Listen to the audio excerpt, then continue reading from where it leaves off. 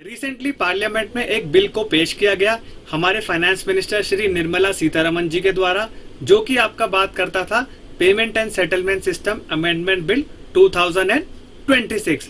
और दोस्तों, ये जो बिल बात करता है ये यूपीआई रूल्स के रिगार्डिंग में बात करता है, जो कि आपकी पेमेंट्स 2000 से ऊपर की होने वाली है। दोस्तों, आपने सही सुना है, अगर आप यूपीआई करते हैं 2000 से ऊपर का तो आपके ऊपर कुछ चार्जेस को यहाँ पर सरकार लगाने का सोच रही है। सोच क्या रही है दोस्तों, ये बिल को पास भी कर दिया गया है, 3 घंटा पहले की न्यूज है। और अगर आप 2000 से ऊपर की पेमेंट करते हैं यूपीआई के माध्यम से तो आपको यहाँ पर कुछ चार्जेस का भुगतान करना पड़ेगा। दोस्तों, सरकार यहाँ पर बहुत सालों से सोच रही थी इसके रिगार्डिंग में। काफी टाइम पहले भी हमने सुना था 2000 से ऊपर की पेमेंट, 5000 से ऊपर की पेमेंट पे अब चार्जेस लगा करेंगे, लेकिन सरकार ने यहाँ पर उस बिल को अभी तक रोक के रखा था। लेकिन सरकार को यहाँ पर अब लग रहा है कि हमें नुकसान हो रहा है, जो कि हम लोग सब्सिडीज दिया करते थे यूपीआई के ऊपर, उसके जरिए सरकार को यहाँ पर हर साल घाटा उठाना पड़ रहा है, जिसके जरिए यहाँ पर उन्होंने एक बिल को पेश किया है। अब इस बिल को पास भी कर दिया है। अब सरकार को यहाँ पर लाइसेंस मिल गया है कि अगर आप 2000 से ऊपर की कोई भी यूपीआई पेमेंट करते हैं तो आपके ऊपर चार्जेस लगाए जाएंगे। तो दोस्तों, आज के वीडियो में हम लोग चर्चा करेंगे ऐसे कौन कौन से यूजर्स हैं जो इस रूल के अंदर कवर होंगे और जिनके ऊपर 2000 से ऊपर की पेमेंट पे चार्जेस लगाया जाएगा। तो वीडियो में अंत तक बने रहिएगा।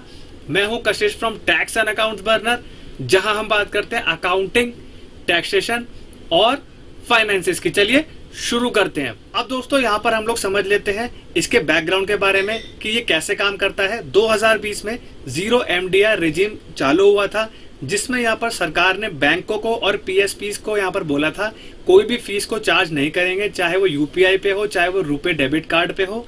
लेकिन 2020 से लेकर 26 तक यूपीआई का स्केल क्या हुआ, बढ़ता गया।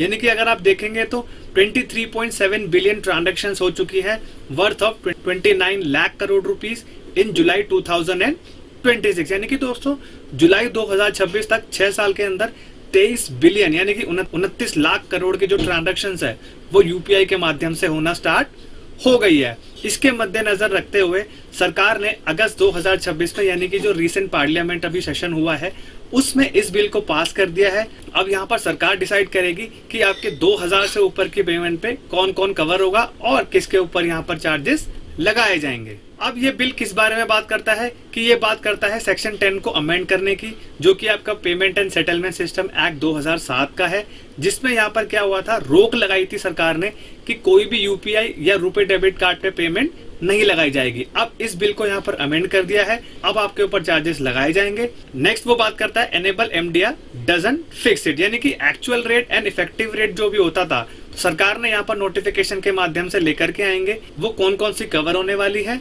नेक्स्ट हम बात करेंगे टारगेट मर्चेंट ट्रांजैक्शन, यानी कि जो भी P2M यानी कि पर्सन टू मर्चेंट करेंगे, यानी कि दोस्तों पर्सन टू पर्सन के ऊपर ये एप्लीकेबल नहीं होने वाला है, पर्सन टू मर्चेंट। अब दोस्तों, इसका एग्जांपल हम लोग देखते हैं।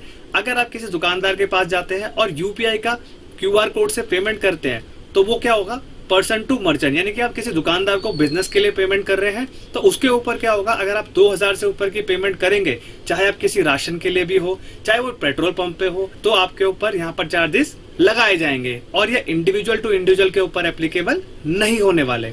यहाँ पर दोस्तों वही बोल रहा है कि आपका जो पर्सन टू पर्सन होगा वो ट्रांजेक्शन्स पूरी फ्री होने वाली है। अब यहाँ पे दोस्तों प्रपोज स्ट्रक्चर क्या था, अब यहाँ पर वो बात कर रहा है कि अगर आप 2000 से ऊपर की पेमेंट करेंगे तो यहाँ पर जो आपका ट्रांजैक्शंस लगाई जाएंगी 0.25% से लेके 0.4% तक। और दोस्तों, आपका जो 2000 से ऊपर का शेयर है वो आपका 4 से 5% का रहता है। यानी कि आप कोई भी सामान खरीदते हैं, चाहे छोटा मोटा सामान हो, ग्रोसरी हो, पेट्रोल हो, कुछ भी अगर छोटा सा मोटा सामान खरीदते हैं तो 2000 तक की पेमेंट तो आपकी हो ही जाती है। जो कि आपका शेयर होता है वो 4 से 5% इसका बनता है।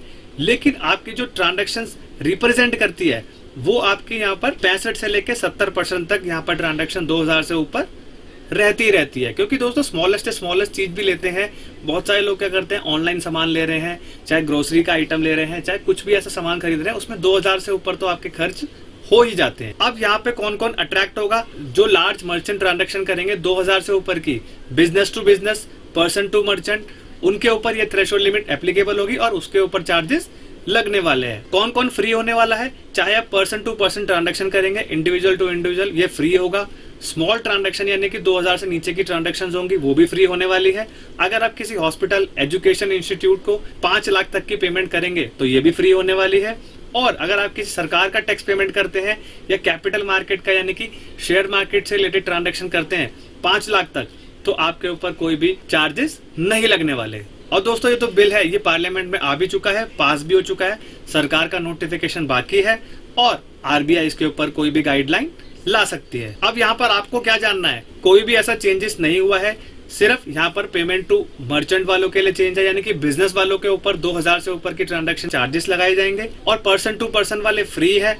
और कोई भी आरबीआई या गवर्नमेंट अभी नोटिफिकेशन लेकर के नहीं आए हैं, वैसे तो बिल पास हो चुका है, जल्दी से जल्दी इस रूल को लागू कर दिया जाएगा। और यहाँ पर दोस्तों आपका 2 फैक्टर ऑथेंटिकेशन यहाँ पर सरकार लेकर के आने वाली है, आपको यहाँ पर वेरीफाई करना पड़ेगा चीजें। तो दोस्तों कैसे लगी ये इन्फॉर्मेशन?